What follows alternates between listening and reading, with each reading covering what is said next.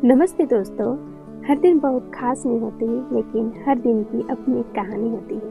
आज मैं आप लोगों के साथ सुबह से शाम तक की अपनी वही छोटी छोटी खुशियाँ साझा करने आई हूँ। सुबह की सबसे खूबसूरत शुरुआत तो मेरी बेबी की मुस्कान से होती है। गुड मॉर्निंग बोलते ही जब वो कहता है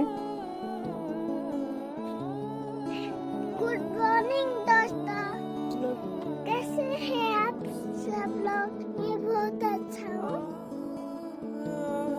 तो लगता है दिन कितना भी थका देने वाला क्यों ना हो, सब ठीक हो जाएगा। इसके बाद मैं किचन में जाती हूँ। दाल मसाले डिब्बे सब कुछ साफ करते हुए सिर्फ किचन ही नहीं, मन भी साफ हो जाता है। इन छोटे छोटे कामों में कभी कभी खुद से मिलने का वक्त मिल जाता है। जब किचन सलीके से सजा होता है तो काम भी बोझ नहीं लगता। एक सादा सी जगह, लेकिन पूरे घर की शुरुआत यहीं से होती है।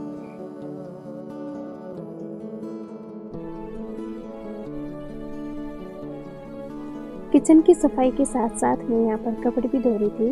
मैंने मशीन में कपड़े धोने के लिए रखा था, तो बार बार जाकर मैं मशीन को भी चेक कर रही थी और फिर किचन में आकर किचन की सफाई भी कर रही थी मैं।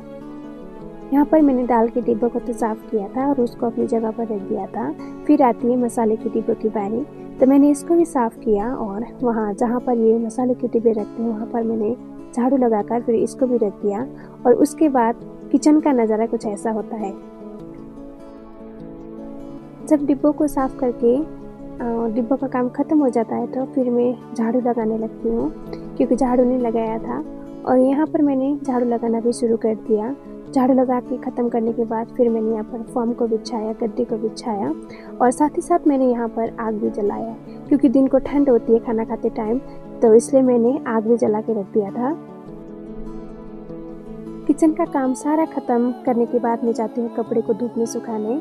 कपड़े धोते हुए पानी की आवाज़, धूप की गर्मी, यही सब मिलाकर तो हमारी ज़िंदगी बनते हैं। काम बहुत है, लेकिन इन्हीं में घर बसता है। जब कपड़े का काम ख़त्म होता है तो फिर मैं जाती हूँ दुकान में, क्योंकि दुकान में कोई राशन लेने के लिए आए थे, तो मैं उनको जो सामान चाहिए था सारा कुछ उनको दे देती हूँ, साथ में राशन भी देती हूँ। तो वो राशन लेके फिर वो भी जाते हैं अपने घर और मैं भी लगती हूँ फिर अपने काम में, दूसरे काम में।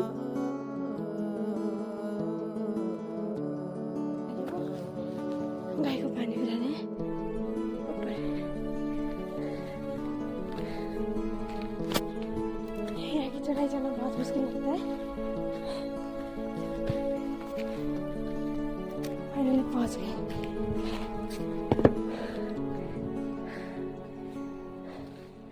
हेलो। और यहाँ पर मैं पहुँच जाती हूँ गाय के पास और थोड़ी देर में दोनों गाय के साथ खेलती हूँ, उनको सहलाती हूँ। तो इनको बहुत अच्छा लगता है जब इनके मुंह पर सहलाते हैं कोई, तो इनको बहुत अच्छा लगता है। तो मैं जब भी जाती हूँ तो ये दोनों गायों को मैं सहलाती हूँ, प्यार करती हूँ। फिर उसके बाद मैं काम करने लग जाती हूँ। तो फिर इन्हें पानी पिलाया। ये वो पल है जहाँ सब कम बच जाते हैं। बस एक सुकून होता है जो दिल के अंदर तक उतर जाता है।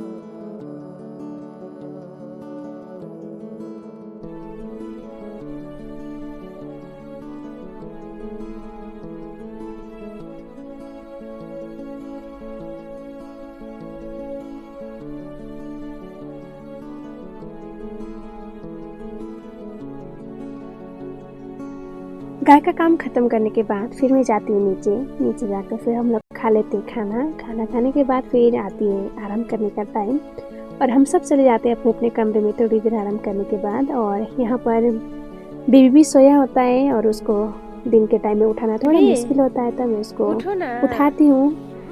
उठो के चलते हैं के ओए, दादू के पास नहीं जाना, पापा के पास नहीं जाना।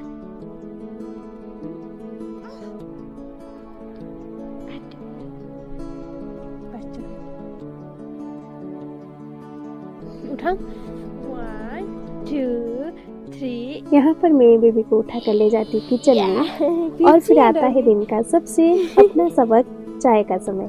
कोई बर्तन धो रहा है, कोई सब्जी काट रहा है और कोई बस बैठकर बात कर रहा है। इन पलों में ही परिवार होने का एहसास मिलता है।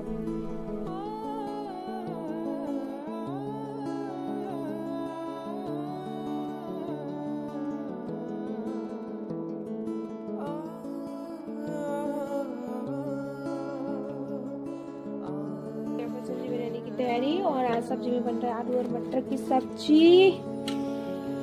जा रही हूँ बनाने, ठीक है। डाल ली है।